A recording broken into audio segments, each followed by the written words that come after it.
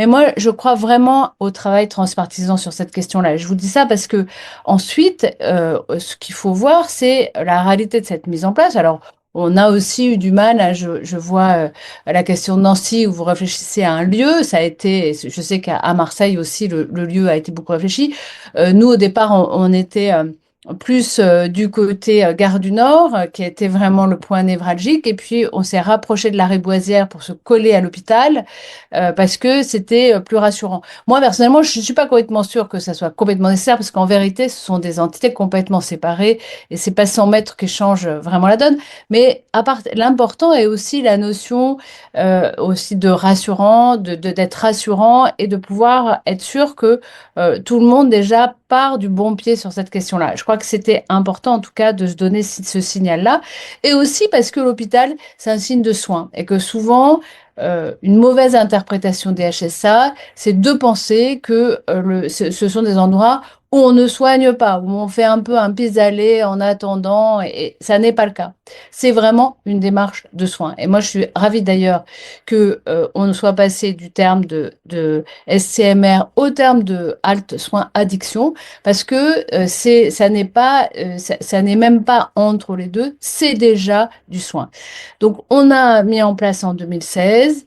euh, Évidemment, il y avait des inquiétudes auprès des gens qui étaient les riverains, hein, qui étaient inquiets. Beaucoup de concertation, au moins 2 ans de concertation. Un suivi qui a été permanent. Je crois que ça s'est un petit peu étiolé au moment c'est pas que je crois, j'en suis sûre, au moment du Covid. Mais jusqu'au Covid, c'est-à-dire 2020, ça a été absolument permanent. Et ce qui était très important, c'est qu'on arrive à faire en fait une alliance perpétuelle entre le commissariat, entre y compris le préfet de Paris qui venait à toutes nos réunions. De comités de voisinage, des usagers, y compris évidemment des riverains, les associations de riverains et les élus et l'agence régionale de santé qui était présente. Donc, c'est cette alliance qui a permis la réussite, hein, en vérité, de cette salle, parce que faut continuer à le dire, c'est complètement une réussite. Une réussite sur quoi? Alors, un certain nombre de choses ont été dites par tout le monde, parce qu'en fait, il n'y a pas de contre-exemple d'un échec patent en termes sanitaires. Moi, en tout cas, jusqu'à présent, j'ai eu beau lire pas mal de littérature sur la question. Il peut y avoir à un moment donné, il faut peut-être changer de donne, par exemple, faire plus d'allées verts ou des choses comme ça. Mais en tout cas, en termes de sanitaire, les chiffres sont toujours là. Nous, ça a été extrêmement clair, hein. Vraiment, le nombre d'overdoses a chuté. Le nombre aussi de seringues dans l'espace public a chuté de 50%, ce qui est très vite d'ailleurs, ce qui était quand même très important. L'idée que ça allait favoriser plus de problème dans l'espace public s'est avéré complètement faux. On a les chiffres à chaque fois du commissariat qui nous sont donnés. Donc, il n'y a eu aucune montée, voire plutôt un côté dégressif des problèmes de sécurité publique. Et les seules personnes qui restent j'allais dire problématiques autour de la salle, qui étaient déjà là avant, c'est les gens qui ont de forts troubles psychiatriques et qui sont difficiles à insérer dans la salle, en fait, qui sont effectivement des gens en grande déshérence et avec des problèmes de soins psychiatriques graves. Mais même ça, même ces personnes-là, comme elles sont moins nombreuses, qu'un certain nombre peuvent être prises en charge, et qu'on a fait une politique d'aller vers de plus en plus importante avec des maraudes régulières, et bien on a réussi à les prendre en charge. Et je dis ça parce que c'est important aussi pour le moral des troupes, je dirais, des autres élus locaux de partout en France, c'est de se dire que ça a été bénéfique, y compris en termes électoraux. Le bureau, pardon de parler un peu crûment en tant que politique, mais le bureau qui était le bureau de vote de l'endroit où est actuellement la salle de consommation à moindre risque, eh bien, c'est un bureau où on a gagné des voix, où la majorité municipale, qui est toujours la même depuis 2016, eh bien, a gagné des voix et n'en a pas perdu, loin de là. Donc, on voit bien que même les riverains y ont trouvé même ceux qui participent pas aux réunions, qui sont pas en présence en général, ont réussi à vraiment, ça réussit, en fait, sont contents de cette expérimentation et ils voient plutôt du mieux. Donc ça, c'est vraiment important à dire et toujours à marteler. Il y a évidemment les rapports qui ont été cités de l'INSERM, de l'IGAS, bientôt celui de l'hôpital des hôpitaux civils de l'hospice civil de Lyon qui va sortir dans quelques semaines. Mais tout, en tout cas, tout ce qui est sorti jusqu'à présent est positif intégralement en termes sanitaires, sociaux et sécuritaires. Donc, c'est pas la panacée. Il en manque. À Paris, je vais faire quand même un petit insert, hein. À Paris, on ne devrait pas en avoir une, hein. On devrait en avoir évidemment plusieurs, et pas deux, plutôt trois, quatre, cinq.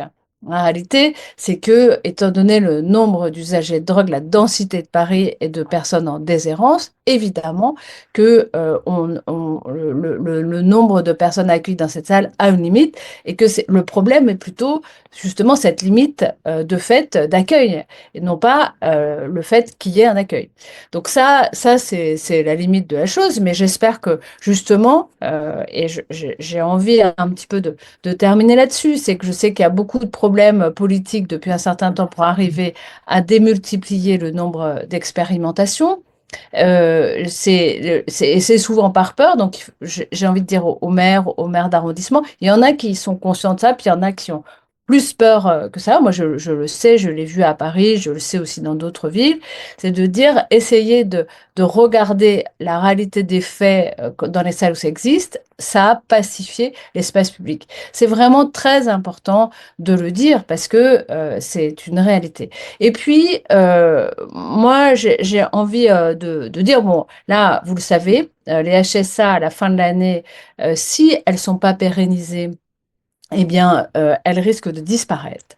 Donc, je suis absolument ravie que les maires aient signé une tribune pour que ces HSA non seulement ne disparaissent pas, mais restent là et se multiplient à Paris et dans les grandes villes pour qu'on puisse effectivement avoir plus de contrats sociaux. Et c'est pas seulement quand on dit pacifier l'espace public, c'est pas seulement le fait qu'on ait moins de riverains qui râlent. Non, c'est de trouver vraiment une place et de nouveau du contrat social. Et que c'est par ce contrat social aussi qu'on arrive à sortir les gens de la déshérence. C'est certainement pas en les laissant dans la rue et en s'en occupant pas. Et le laxisme, il n'est pas du côté, c'est important de se le dire, il n'est pas du côté de ceux qui mettent des salles de consommation à deux, c'est ceux qui ne le font pas. Parce qu'en fait, on n'a pas pour l'instant trouvé d'alternative pour ce premier pas vers le soin, dans le soin, que sont les salles de consommation à moindre risque. Donc, je pense que à ce stade, donc moi, juste là, je vais prendre ma casquette de sénatrice. À ce stade,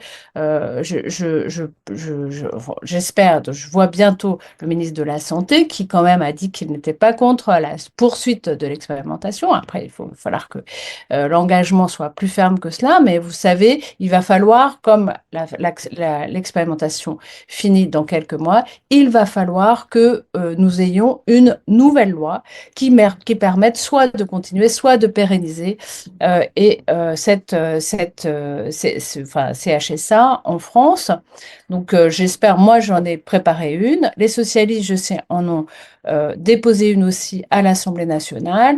L'objectif, c'est d'arriver à avoir, et je lance un appel à ce que, c'est vraiment très simple, hein, c'est la pérennisation de l'expérimentation et le fait que on puisse en monter dans les grandes villes de manière, effectivement, comme le dit Michel Rubirola, beaucoup plus facile et déterminée et faire confiance aux maires des villes pour le faire parce que les élus savent aussi ce qui est nécessaire localement.